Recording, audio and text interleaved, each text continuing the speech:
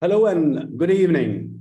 Welcome to the World University Summit on Universities of the Future, Building Institutional Resilience, Social Responsibility and Community Impact in the G20 countries. As we know that India is holding the G20 Summit this year, and one of the themes of the G20 in India is going to be based on the foundational principles of access, equity, equality, affordability, and accountability. It's a bit of a cliche now to say that the last few years have been extraordinary. I mean, I've used the word so many times myself that I feel that it's a little inadequate, given the magnitude of collective grief experienced, and if I may say, some amount of irresponsibility on lawmakers and governments in many parts of the world in addressing global issues that have brought the planet to the brink of disaster, whether it is climate or whether it is war. And it is not a coincidence that individual liberty and rights were challenged as the world battled a global pandemic. One of my favorite writers, C.S. Lewis Mills, and I'm quoting him, borrowing his words, where he says that I wish our life was a more simple affair. The pandemic also exposed multiple levels of inequalities, as the UNESCO report says, that in higher education, which includes differential treatment of students based on their background, closed access to knowledge and research results, unevenness in global patterns of collaboration, research collaboration, and lack of access. And access, as I mentioned, was one of the G20 themes. Basic requirements of digitalized higher education, such as devices, internet access, and electricity. I mean, in my own experience, I remember that these were privileged students that we were teaching, and often the students would switch off their video because they would say they didn't have the bandwidth, and I would be wondering why couldn't they have Wi-Fi access, and they said that no, there are 5 people in the household and everyone is using one Wi-Fi access, because parents were still not used to the idea that you need a dedicated access or a great larger bandwidth for so many kids in the house to learn. Research, the UNESCO report says, was one of the cornerstones of a country's development, because that's where we invest a lot of money, and personnel was hugely affected by the pandemic, and access to knowledge has widened, but resources were mostly geared towards the COVID-19, and field work, for example, was disrupted. And female academics, early career researchers, and PhD students were the most vulnerable regarding job placements and stability. And I know from research and data that that in the US there's been a drop in the number of students registering in higher education. The projection is quite grim. Some of the projections in Canada. Recruitment of foreign students in universities has dropped by 22%. The UK, I think, was very badly hit in terms of financial shortfall up to $3.6 billion due to the pandemic, with reduced income from international students and increased costs. So this is what we intend to discuss today. A word that has been kind of dominating our imagination and our workplace and our personal space of uncertainty. Everything seems a little uncertain, even when things are getting back on rails. You suddenly hear a report, for example, in India right now, Delhi, very close to where I am sitting, has had a spike in number of cases over the last 1 week, and then people again start wearing masks. I think, in these uncertain times, we have seen what worked best for higher education was collaboration. But how does one make collaborations substantive? Joining us today, a very distinguished panel. Allow me to introduce the panel to you. Professor Eduardo M. Peñalver. I met him a couple of months back. He is Seattle University's 22nd president. Prior to being named Seattle University's president, he served as the dean of Cornell University's law school from 2014 to 2021. He's a Rhodes Scholar and a professor of law, a leading voice in progressive property movement, deriving many of his insights from Catholic social teaching. His research explores how property law creates or reinforces communal bonds, and how property rights mediate the relationship between individuals and communities. Our second panelist, Professor Betina Kuzmarov, is the current Associate Vice President of Carleton University, Canada, who has previously served as chair of the Department of Law and Legal Studies.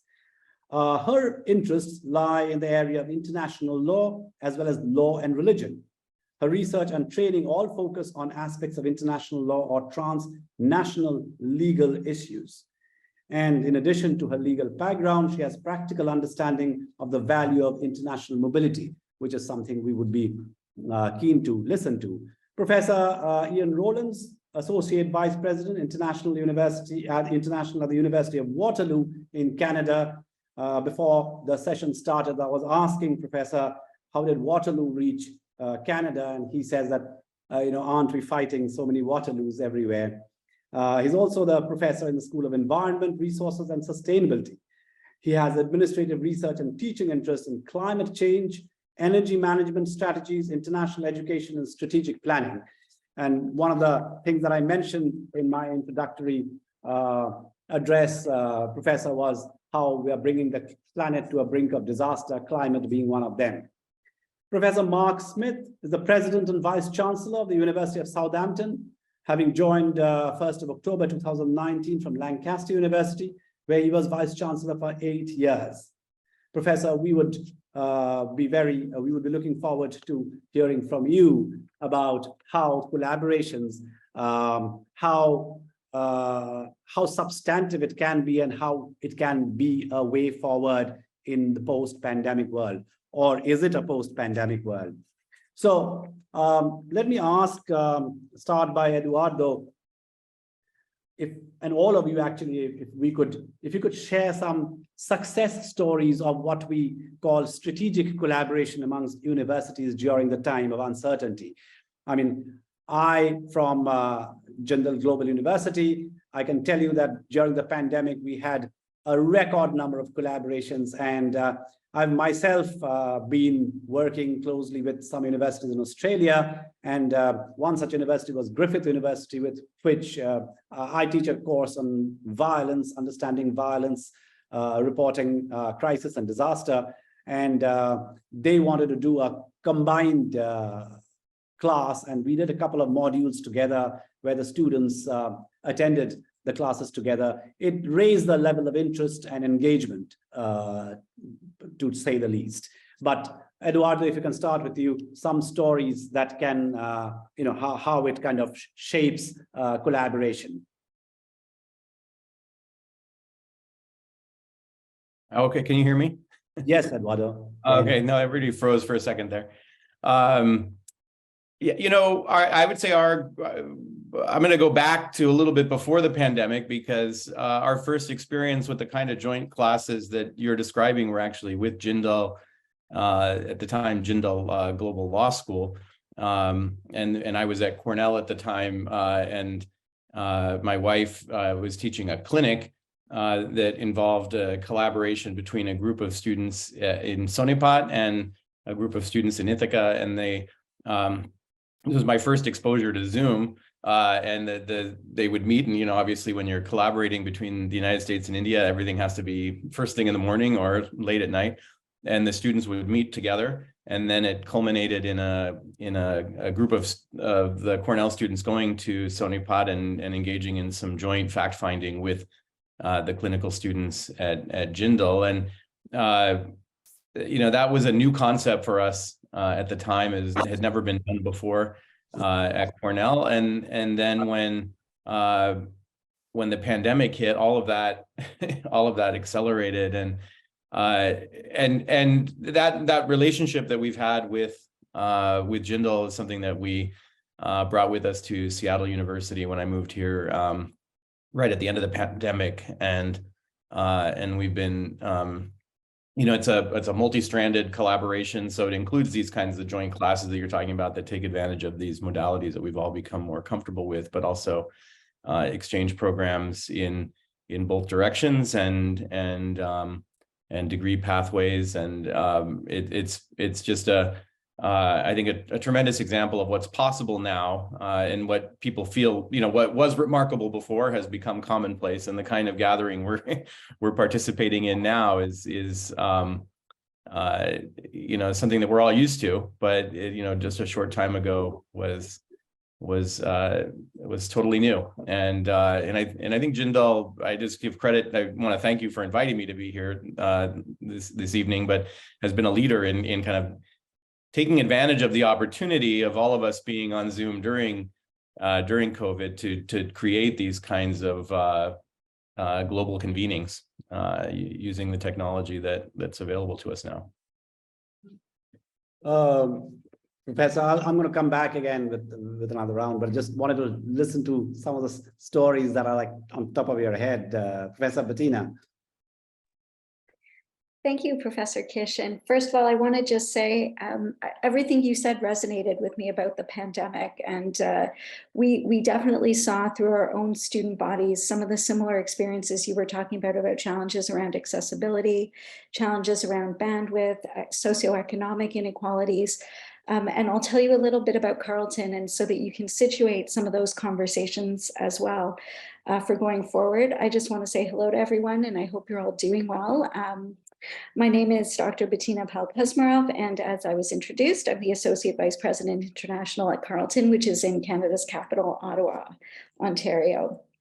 I want to also thank the organizing committee for their hard work putting this together. This is always an amazing thing. We've participated in this through Carleton in the past, and it's wonderful to have everyone come together over these days to talk about so many relevant issues. I also want to thank my fellow panelists from across various time zones, whether it's good morning, whether it's good afternoon, or whether it's good evening. I'm happy to be with you. One thing you should know about Carleton is that we're an interdisciplinary university, or that's one of our strengths. And actually, when you introduced me, I come from a department called the Department of Law and Legal Studies. And by its very nature, I think you'll appreciate this, Eduardo, potentially. We're one of the oldest non-law school legal teaching institutions in Canada from the 1960s. We teach law from a social science perspective, but about half of us are lawyers, half are criminologists, criminologists, anthropologists, so legal historians, legal philosophers, political theorists. So by our nature, we've integrated interdisciplinarity.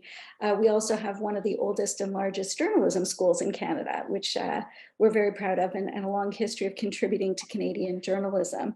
But this crosses over all areas of disciplines. We have a commitment to public policy, but also interdisciplinary approaches to things like climate change, broader global issues like sustainability as they impact climate change.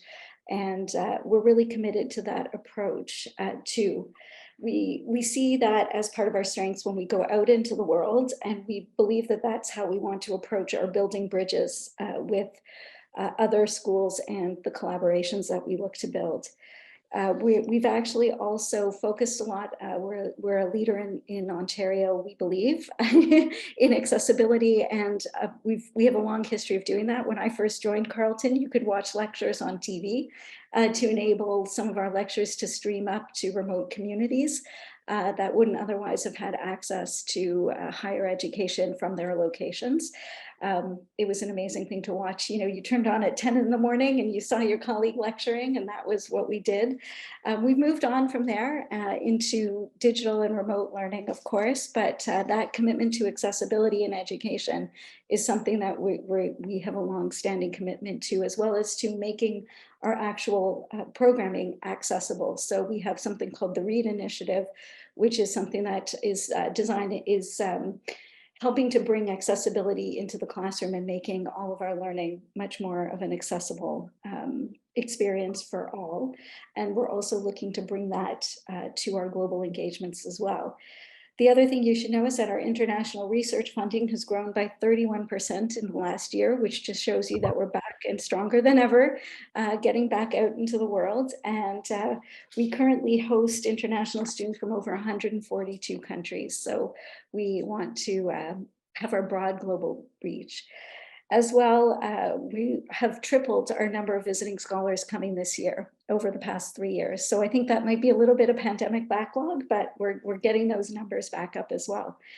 We're doing this through our first ever international strategic plan, which came out in 2020. So unfortunately for my predecessor, they put it out into the world and then it all shut down about 3 months later. So we're in the process of reevaluating that, understanding how we can bring more sustainable and accessible approaches to internationalization, to learn from the pandemic and some of the engagements that we had, to set a clear path forward to broaden our international impact. And I suppose what I would finish on is just much like the others have mentioned, during the pandemic, of course, we shifted to a virtual environment for all our global engagements as well as our domestic engagements. And so we were able to host virtual visiting scholars, which was something new for us.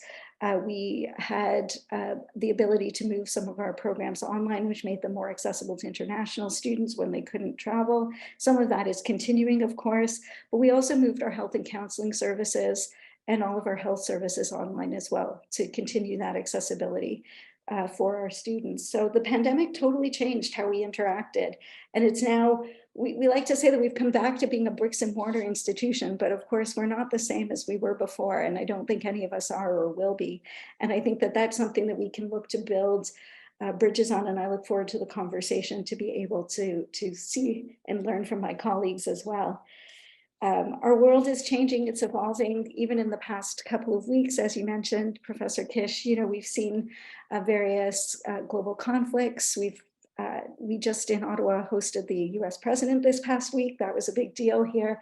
And we're seeing how our geopolitics, our approaches to climate and sustainability, they're all interacting with each other in ways that I think the pandemic has heightened and allowed us to actually think about. So while this reality can be a little bit scary, it's proven that we can actually adapt and learn. And I think that that's when we pool our expertise, when we come together, when we think through things collectively and focus on collaboration with meaning, I think we can build forward. So we all have a responsibility to play in this. And I think, from Carleton's perspective, we're really looking to build those linkages and learn and continue to grow together. So thank you for allowing me to participate today, to share these thoughts. And I look forward to hearing what everyone else has to say. So thank you. Thanks so much, Professor Rowlands. I think Betina was mentioning about the learning from the pandemic. So, I mean, there are so many different learnings that we've had, but anything that strikes you as a success story in terms of collaboration, in terms of engagement with international partners? Yeah. Professor Kish, first of all, thank you very much for the opportunity, and to all of the organizers for the opportunity to participate in this discussion. I'm delighted to be here. I've already enjoyed the comments from the contributors here, and look forward to continuing to learn from others and share a little bit about Waterloo as well. And I feel, Professor Kish, I should just say very briefly, this Waterloo is not in Belgium and not the subject of an ABBA song. We are a comprehensive research intensive university with a community of about 40,000 students, staff, and faculty members, looking across all the domains that one investigates in the modern university, and a number of research centers and institutes that cut across areas to look at the current challenges and opportunities the world faces. So again, excited to be here. And you asked me about successes in learning, successes in adaptation and resilience during the pandemic, if you wish. And as I was thinking about this, reflecting upon the title of the panel, the strategic collaboration amongst universities, and reflecting upon my own interest in sustainability as well, I came to mind 3 different examples, and I'll share them with you briefly, themes that I've already, at least a couple of themes already touched upon already. Yes, as we sit here now with the learnings of the last 3 years, sometimes we sort of think, my goodness, what were we thinking previously when we didn't take advantage of the technology that we had? But it's good that we are doing now. And like my colleagues have mentioned, we have been looking at the ways in which we can connect classrooms with regard to advancing student learning. And my own learning was that, though somewhat aware of COIL, Collaborative Online International Learning, before 2020, learned more about it during the past 2 years. And I also saw around the world, and ourselves included, that we didn't feel we had to go all or nothing with regard to connecting students and connecting classrooms. And Professor Kish, you may draw upon your own experiences. You talked about Griffith as well. We had an experience with colleagues at IIT Delhi in India, where we brought together students, and it wasn't even a curricular experience. It was a co-curricular experience where students with interest could volunteer to come together. We put them in a so-called innovation lab, and they reflected upon energy services being provided to remote communities in Canada and in India. And in international and interdisciplinary teams, they worked together for a month when time permitted, and then presented to a joint panel of IIT Delhi and Waterloo international professors at the end. This was more sustainable, I think, because access was relatively easy to this international experience.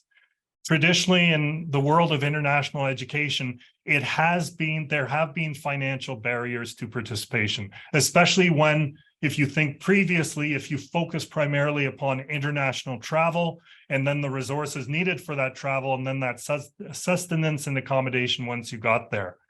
Well, by connecting virtually, we're opening up more opportunities for students, and I think making it much more equitable as well. I'll come back to say that there's critical elements in being together in person as well, but I thought I'd just share that as one example. And if time permits, I'll share a second example as well, something we did more purposefully during the pandemic, and that was more use of data and more advanced thinking with regard to how we're going to engage internationally. We would continue to get cold called by delegations, by partnership requests, and we continued to welcome them and welcome those possibilities. But I think during the pandemic, we were a bit more purposeful, and we continue to be a bit more purposeful about consulting our local stakeholders about their interest, about reflecting upon any data we have about the potential for synergies with a partner, and about the ways in which we may be able to grow given the similarities with potential partners. And that fed over into our proactive work as well. And we've become more data intensive data and consultative intensive with regard to how we shape our international partnerships. I think many around the world, and maybe some around the screen as well, are talking about going deeper with valued partners and maintaining having some breadth as well. And we're curious about the ways in which data might help us advance some efficiencies and effectiveness. My third example was going to be a carbon and environmental sustainability element. And as time permits, Professor Kish, I'd be happy to come back to that, or others may want to add to it during the discussion. But thank you very much for the opportunity for some first comments. Thanks so much, Professor. Professor Smith, you know, the UK has seen a couple of prime ministers in this period, but apart from that, it also has seen or has been witnessing a lot of upheaval in the higher education scenario. You've headed institutions for a very long time. Can you kind of give us a sense of what the transition means out there in UK and how collaborations may help? Yeah, I didn't think I was coming along here this afternoon to speak about how many prime ministers and secretaries of state for education we've had, because we've had 4 secretaries of state for education in the last 2 years. So there's been a rather large turnover of politicians in the UK, but we'll put that to one side for a second. I'm very happy. So first of all, can I say really congratulate OP Jindal for putting this summit together, and it's a great privilege to be invited to speak on this panel. And it's also good to see how this conference connects to the G20 leadership that India will have and some of the issues that it wants to discuss there, because I think these are really vital issues for the world to get to grips with. So very much welcome that the overall tenor of the discussion. Your particular question is about, how have we reacted to the pandemic, and particularly what has it meant for resilience and international partnership? And my colleagues who have previously spoken to this session have given some excellent examples of how it's changed the thinking about what partnership means and how those partnerships are prosecuted. And one of the things that Professor Rowlands had just begun to talk about, I think we should come on to a little bit later, which how do you balance in a resilient partnership the concepts of virtual versus in-person versus sustainability, because that's going to be a very challenging triangle to try and know where the right point that you sit in. But anyway, that perhaps we talk about that later. Talk a little bit about Southampton and how we've responded to the pandemic in this area. So we're a Russell Group research intensive university from the very south coast of England. We have clearly a very significant international student body as part of our students who come here, but we also teach overseas as well. And one of the things I think we learned from the pandemic was, in part of our teaching activities overseas, being able to integrate them, because we now have colleagues in the main campus who are much more comfortable with virtual teaching, being able to integrate more widely some of those outposts, I think is really important. And I think you'll see the concept of a globally dispersed university that nevertheless integrates its teaching in a much more meaningful way is something that more traditional universities like my own will need to come to grips with, and in fact now have the capability to come to grips with. But in terms of partnership, I think what's happened with the pandemic is severalfold. First of all, it's forced larger scale teams to come together because of the issues that needed to be dealt with under the pandemic, and therefore driving the kind of interdisciplinary concept is something that many people kind of sign up to. But I think what the pandemic did was it made it reality for more people. And also it showed that teams can have a virtual sense as well as a real meaning physical sense. And I think more people became used to supervising research projects remotely. They needed to do it within country, let alone beyond country. And I think this has just given another dimension to the way that colleagues can think about sustaining research partnerships with colleagues in overseas universities. But it's also meant that the way you prepare meetings through virtual contributions, I think, is better. So to give you an example, one of the projects that I'm proudest of at Southampton comes out of something called our Social Impact Laboratory. And our Social Impact Laboratory is something that pertains to volunteering projects within our community here in Southampton. But while the pandemic, it was already part of the plan to extend this to doing volunteering projects overseas, and to do this in partnership with colleagues in colleague universities in country. So the first example of this was in fact in India, and the project's title of the whole scheme, not this particular project, is called the Spark Scheme. And the Spark India project, the first one, took place last summer, where a small group of Southampton students come out and they work on projects that are identified in partnership with local institutions. So the two institutions that took part last year were the Tata Institute for Social Sciences and Ahmedabad University. Now, what the virtual world has allowed them to do is to develop the relationship before they start meeting on the ground. So colleagues from Southampton and colleagues from those Indian institutions were able to talk to each other well in advance. And so they almost knew each other the time the project started on the ground. But that's why I think this triangle I talked about is very important, because in the end, we want to give students an experience of what it's like in country. And knowing how you marry that up with the virtual, I think is really important. And in fact, immediately after this meeting, I'm going to welcome the students who are taking part in the Spark Ghana project, which is exactly the same, and they are already in country in Ghana. So I'm not sitting in Ghana, I'm sitting in Southampton, but I'm going to join them in Ghana in about an hour and a half's time. So I think what it's allowed us to do is have much more connectivity and therefore take part in real time in discussions with colleagues, but understanding how it has to be kind of balanced with some of the other things which are important, such as, face-to-face meeting, such as sustainability, I think is really crucial. So thank you very much. Thank you so much, Professor. Eduardo, I'm coming back to you. This may not be an area of research, but since you're the president of a higher institution, I suppose you are kind of seized with the sudden dominance of emerging technologies and big tech, which was inevitable, but I think it's just kind of hastened its arrival.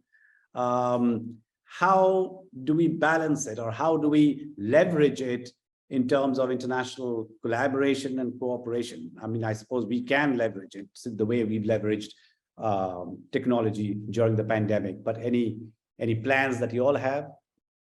Well, we think about this a lot in Seattle. Seattle University is located in downtown Seattle, as you can see right behind me on my screen. And we're, within a 10-minute walk of the Amazon headquarters, and maybe a 10-minute drive, 15-minute drive to Microsoft headquarters. And so kind of the heart of big tech. Every year we get a lot of students who come to us to study computer science or data science or business, and then want to go on and work at these companies and do go on and work at these companies. And so what we try to think about is, what do we have to offer to the questions raised by emergent technology. We're a comprehensive university, but we're in the Jesuit tradition, really focused on our students and on kind of bringing values to bear on questions of discovery. And so we like to say we are the place where innovation meets humanity. The University of Washington is just up the road from us, and they're very much focused on that, on technical discovery, and we're focused on bringing ethics into conversation with discovery. So that's, institutionally, that's how we approach the question. But I think more specifically in the last year or so, the questions have really focused on generative AI and how that's, not just going to change how we study, but just how everything gets done at the university, and what is our approach to this new technology that has the potential to really destabilize the work of universities. How do we understand it in a technical way? How do we expose our students to it pedagogically? And we're still very much digesting that, but we, again, bringing the Jesuit tradition to bear on this, we tend to look for the good in all things, and this is a tool that we can't kind of bury our heads in the sand about. So our approach has been to embrace it, and to I'll tell you how I used it in my class, which I taught this past quarter on theories of property, and all the headlines were coming out as we were as I was teaching the course, and in the course I have the students write a weekly essay on the readings, and the question came up, can we use ChatGPT? And I told them, I have no problem with you using ChatGPT. I just need you to cite it like you would cite any other source. But I'm skeptical that you'll be able to write an appropriate essay using that tool, because the essays I was asking them to write were highly opinionated. They were supposed to react to some aspect of the readings and generate an argument, and they had about 1,000 words to construct an argument based on the readings. And a couple students took me up on this and used ChatGPT, and what I found was that you could identify immediately when they used it. I didn't need them to cite it. It was obvious. The prose was very clean, but not very good at opinion. It tends to be very it could kind of summarize areas of discussion, but it didn't have a great way to construct opinionated argument. And so they were passable essays. They tended to get in the B- range. And made lots of factual errors. One of the essays attributed a 1980 situation in Detroit. It attributed that as a consequence of a Supreme Court decision that came out in 2005. So but I think and it's going to get better. And everyone, I talk to the people at Microsoft, and they say, well, it'll get better. This is just GPT-4, but I think 5 recently came out, and it's even better, and it'll just keep accelerating. That's fine. I think the students the students need to learn how to use these tools. They need to know the limitations of these tools, and it'll be like everything else in the same way that, you know, a calculator doesn't keep you from needing to learn how to do arithmetic. But we don't prevent students from relying on calculators. They allow you to do the math a lot faster and better. So yeah, the emerging technology is very much a focus of our attention in a city like Seattle. And maybe because we're in Seattle, we're not afraid of it. We're embracing it, and you know, it's really going to make our work more interesting and relevant as we go forward. Thanks, Betina. You know, I mean, I don't want to blame everything to the pandemic, because, you know, that's also becoming a bit of our habit that, oh, the pandemic came and the pandemic disrupted everything. I think, you know, throughout human civilization, we've had disruptions. That's part of the civilization. But one of the things, again, which existed before the pandemic, but again, got accelerated was, you know, attention span. So, you know, even though we can talk about collaboration, leveraging technology, the learnings from the pandemic, putting it to use, but, you know, there is a tremendous loss and lack of attention span amongst students, and also perhaps amongst teachers. Is that something? I mean, I don't know how collaboration, because that's the, you know, that's how we are trying to frame this discussion, how collaborations can really help in this, because, you know, we do research on various other things, and we focus and invest our grants and money and etc. in those research. But the fundamental problem out here is that, you know, there is a complete lack of attention span. Do you agree to that?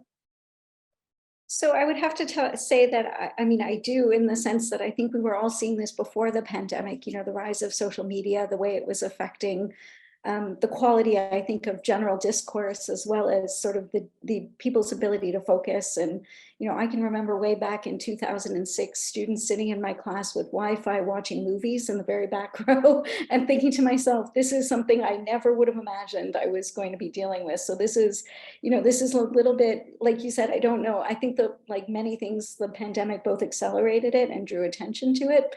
But I know it was something that we were all engaging with beforehand.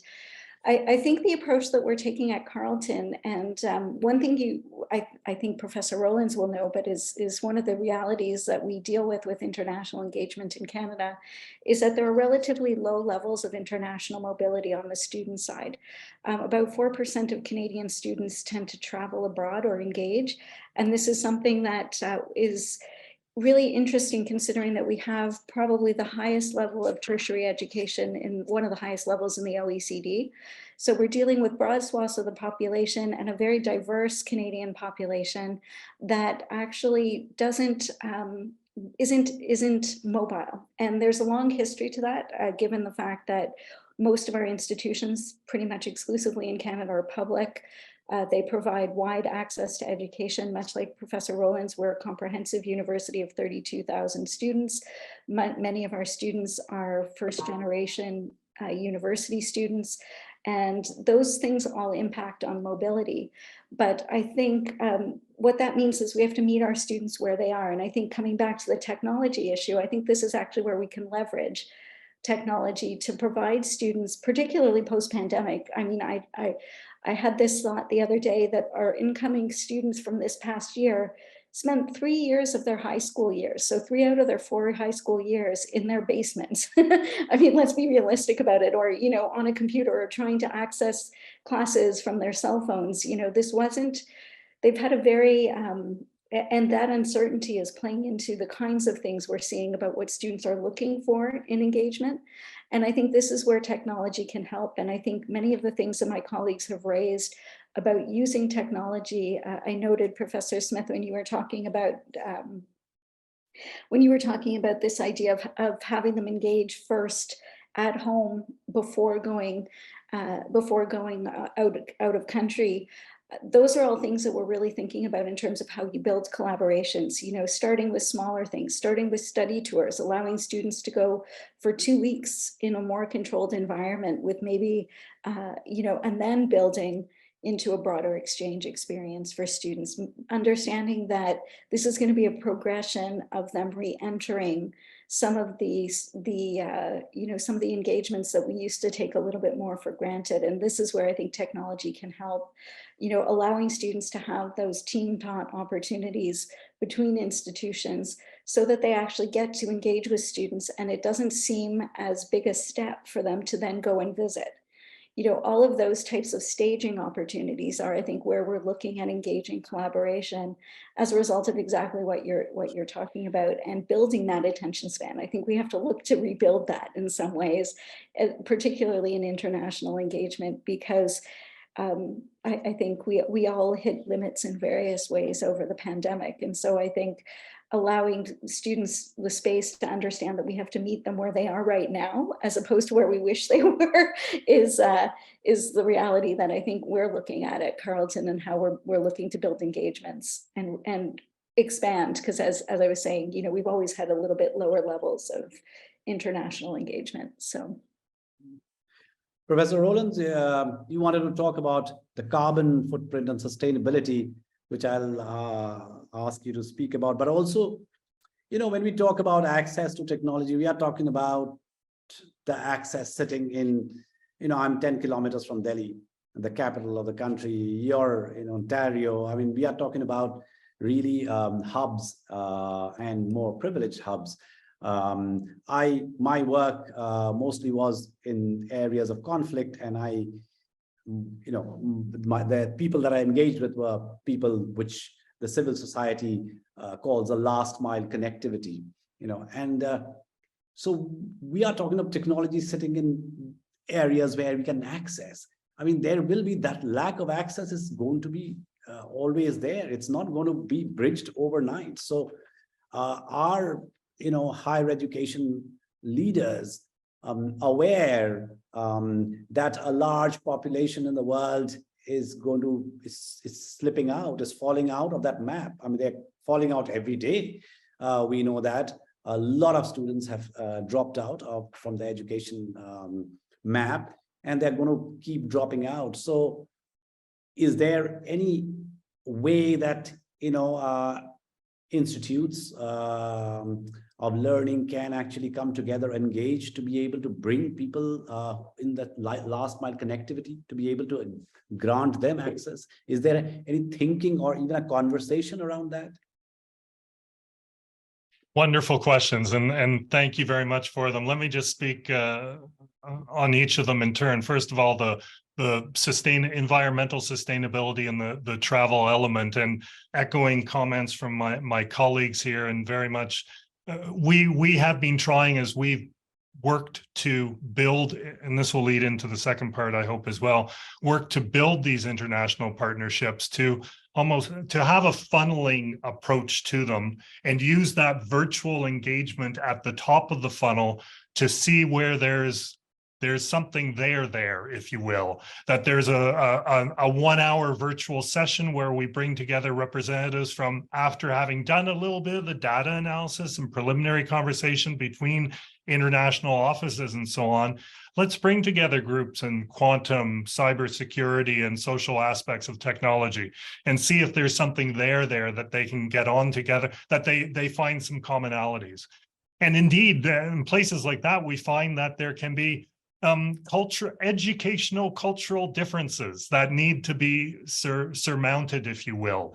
How is funding used within the different educational locations? And there can be some conversations there to prepare, if it then is deemed to be appropriate, for an in-person visit later on during the life cycle, if you will. So just echoing, I think all of my colleagues have talked about this, the ways in which the pandemic has opened up, at least my eyes were pretty closed before, I think, embarrassingly enough, have opened up my eyes to look at that triangle that Professor Smith is talking about: sustainability, virtual, and in person, because that breaking bread together in person is critical. But staging it judiciously and strategically is very important as well. And we're thinking about then, when the virtual work co-creates an agenda for when you get together, so you can have the meaningful time together. You can cluster some of your trips together in the location you're going, so maybe slightly longer, but fewer trips internationally as well. And most importantly, it's perhaps the least when you're back from a trip and saying, my goodness, that was a huge success. Well, for the moment it was, but you then need to follow up. And it's that implementation, going back to the virtual work to continue to engage, to build upon that.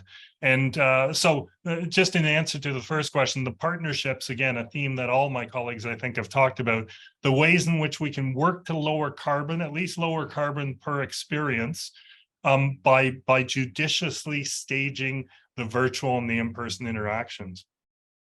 And Professor Kish, your second comment about the access issue is a fascinating one, and makes me think during the pandemic, I was on a sabbatical with the Association of Commonwealth Universities that has done a lot of work on the digital divide, and given the access implications, the importance of technological access during the pandemic and lockdown, reflecting upon who was being disadvantaged in terms of students, in terms of researchers, in terms of staff, in terms of different kinds of universities around the world, that they have over 500 members around the world in various over 50 countries around the world as well. And as I was hearing the conversations, I had scribbled down something earlier about sort of, would we be using virtual reality to advance our internationalization activities? And there's a particular level of technological deployment that is there. But what I think you're speaking to, rightly so, is be it in rural parts of anywhere, many places in any parts of the world, bandwidth, not only the financial resources to access bandwidth, but perhaps the absorptive capacity of individuals, families, institutions to be able to pursue that as well. And who is being left behind because there is a digital divide and some are moving forward in a way. So in answer to your question, yes, it's on our mind. I think it's on universities' mind around the world, and different actions are being taken. With regard to my university, our provost office, looking at the ways in which they can ensure that our students have access to the resources that they need, to the learning that they need. Our research office doing the same with the researchers. On partnerships in my office, thinking about how we may work with international partners around the world, who in turn are working with other partners. And that takes me to the ways in which networks may be very important in addressing this and so many other issues going forward as well. It made me, Professor Smith's comments about globally dispersed universities, which includes perhaps the Southampton campus in the UK and abroad as well. And it might include partners as well, the way in which we use, and I say use in a positive sense, draw upon each other's strengths and expertise to make 1 + 1 = 3 in a lot of ways. And having local partners who know about the last mile in that part of the world, we can work with them in order to achieve beneficial outcomes, I think. And that's the sorts of things we're striving to work on. Thanks very much. Thanks so much. Professor Smith brings me to this question, of internationalization and collaboration that we grapple with on a routine basis, of how the Western student does not show enough inclination to come to India. India seems to be the focus now for the West in terms of collaboration. And yet we don't know what is going to attract the Western student to India. Now, if we are talking about engagement, it cannot be just a one-way traffic. So how do we work around that? Yeah, so that you've asked another excellent question, because you've already heard from some of my colleagues earlier that the issue that you've talked about in terms of outward mobility is an issue in, I think, all of the countries that are represented on this call, apart from yourself. And I think, as I already mentioned, and Betina kind of followed up on this, because it's something I absolutely believe, is developing the relationships initially remotely to take some of the mystery out of, I would say I'm a very typical sort of a kind of career development, in the sense that when I was an undergraduate, probably some time ago now, I wouldn't have thought about the importance of having an experience overseas. I then, through career circumstance, spent 4 of the years immediately after my PhD working in countries other than the UK. And I realized, looking back on it, you know, and I won't tell you how many years later, I realized how important that experience was at being able to make me realize the world's an interesting and complex place, and therefore understanding there are many points of view, and you need to understand those points of view if you're going to make good decisions, particularly as an institutional leader, I think is absolutely crucial. We also know that if you look at the skills that the industries want, the industries of today and tomorrow want, they want the technical skills, but they also want the social skills of being able to work in multinational teams. And it's very difficult to develop those skills if you're doing it, you know, sitting in a classroom in any of our particular universities, because you need to get out and experience what the nature of the environment that people at the other end of this call are actually feeling on a day-to-day basis. You've mentioned, Professor Kish, in your comments to several questions about understanding the realities of the digital and economic divides that exist within all countries.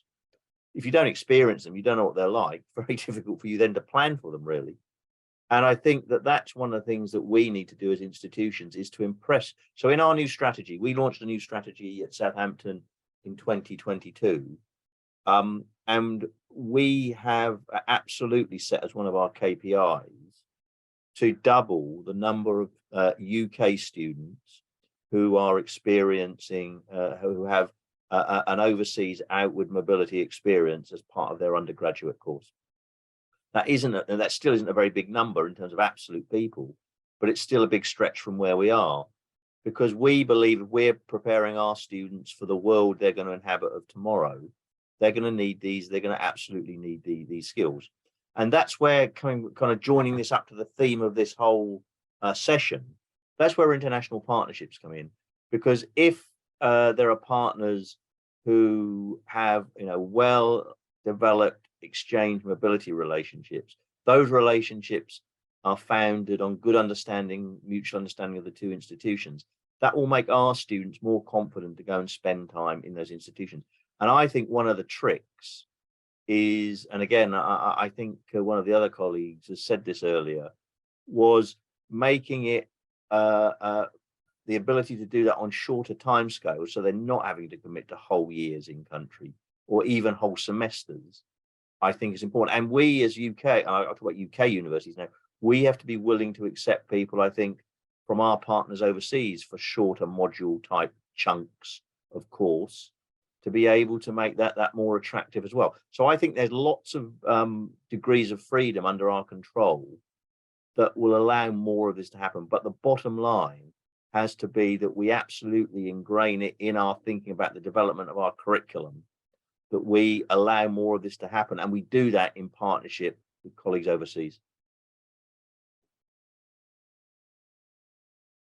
You're on mute, I think, Professor Kish.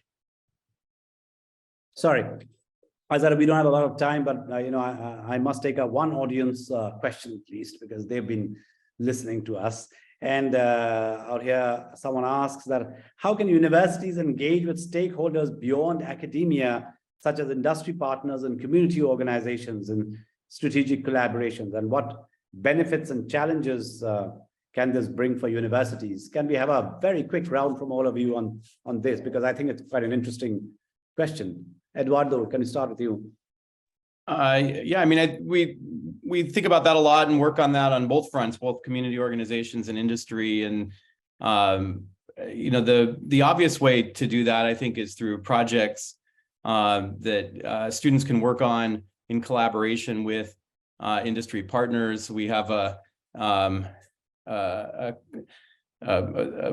program in our College of Science and Engineering where local companies bring us challenges they've been working on, and then the team of students kind of takes that and runs with it for a quarter and brings back a proposed solution and makes a presentation to the people who brought them that particular challenge. And it's a great opportunity for students to engage with people who are embedded in the workplace, but then also work on a real world issue that they've been grappling with, present their solution and then get critiques from those partners. And it builds obviously personal connections between the students and those partners, but it gives them in a controlled and kind of supportive environment an opportunity to experience what those people are working on a day-to-day basis. Betina, a quick response to this. So I think we see this as a multi-leveled engagement. So from our perspective, my office, it's in the office of the Vice President Research, which is the Vice President Research and International. And we see research and research-led teaching as the kind of linchpin to this, if you want to put it that way. And the reason why is because if we see the connections between, we have in our strategic plan the idea of serving Ottawa and serving the world, and those come together through these ideas of research, learning, and partnerships where we can both engage. We have an Office of Community Engaged Research where we actually specifically build projects around this, but this happens at all levels through those offices as well as our industry partnerships in order to engage companies through, and I think Ian's university has been an expert at this, multi-leveled engagements through co-op opportunities. So those are work opportunities for students to go out into the world, research opportunities where the students are engaged in projects on campus. And Professor Rowlands will know this, but the Canadian funding agencies are explicitly very, very keen on undergraduate student engagement, as well as graduate student engagement in research is one thing that they look for in funding opportunities, both on the science and social sciences side. So having a good research engagement plan. And then also bringing that out into the community. And this is partially because we've always had at Carleton a faculty called the Faculty of Public Affairs, and that has our social work program, our journalism, and those programs explicitly are designed to go out into the community and bring things back to the university. And that sharing then happens across programs as well. So short answers, I think it's multi-layered at Carleton, but I think we engage at all those levels. So thanks so much. Professor Rowlands. Yeah, so thank you for that. I mean, I think literature has shown for years multiple perspectives can yield better solutions for challenges and opportunities. So bringing together stakeholders from across the domains of civil society, government, private sector, as well as academia is certainly critical. The second thing I'll say is our students are demanding it, I think, very much demanding solutions to the problems they see out there, and asking the traditional disciplines or business cards to be checked at the door and bring commitment and talent to a problem to bear. So that naturally brings colleagues from different sectors to come together. And thirdly, I'll just flag University of Waterloo, and it is known for cooperative education. We engage with 7,500 employers around the world and place 25,000 students in paid work term opportunities around the world. And seeing that was a challenge during COVID, understood much more about virtual internships, but re-emerging from that, energized to see the ways in which young talent can make important contributions. Professor Smith. Yeah, so very briefly, I think it's a great question, and it's something that universities have to look at with a lot of importance. I think in terms of industry, I'd say large-scale industry will always find the right partner to work with because they look for the best and they'll work with the best. And then universities being seen as good and non-bureaucratic partners, I think is important. There's a huge community now around SMEs, and SMEs as being also good partners. They find it much more difficult to interact with universities. I mean, I'll talk to Southampton, I won't speak to my other colleagues, but I'm sure they have issues as well, because where do you go to a university to have this conversation, basically? But that's such an important part of advanced economies now that I think we need to be better. And then finally, the community elements of partnership, often have been neglected by several universities. But now are absolutely crucial, because the community you're embedded in really are your bedrock, and being seen as a proper partner in all aspects of civil society, I think is really important, not just when you want to be, basically. And I think more universities are taking that very seriously. Thank you so much. I think my learning, my takeaways from today's discussion, conversation is that the word, I started with the word uncertainty, but I think, to be able to overcome uncertainty, I think, social science perspective, humanities, I think interdisciplinarity, the globally dispersed university, which Professor Smith talks about, and all of this coming together to make greater social impact and the values to bear. I think also thank you so much for the acute recognition, of the problems of access tied with technology, cut back on grants, and the most obvious way forward then, I feel, is to hold hands and collaborate and engage with ideas. And what one of you mentioned about the innovation meets humanity. I think, innovation has to meet humanity. And I think that is the way forward and the spirit of collaboration. But also, I think collaborations and the social impact and the innovation meeting humanity can happen if we continue to have the conversation. So thank you so much. We're running right out of time. Thanks for joining each one of you. And I hope we will continue talking. Yeah, thank you very much. Thank you very much. Bye.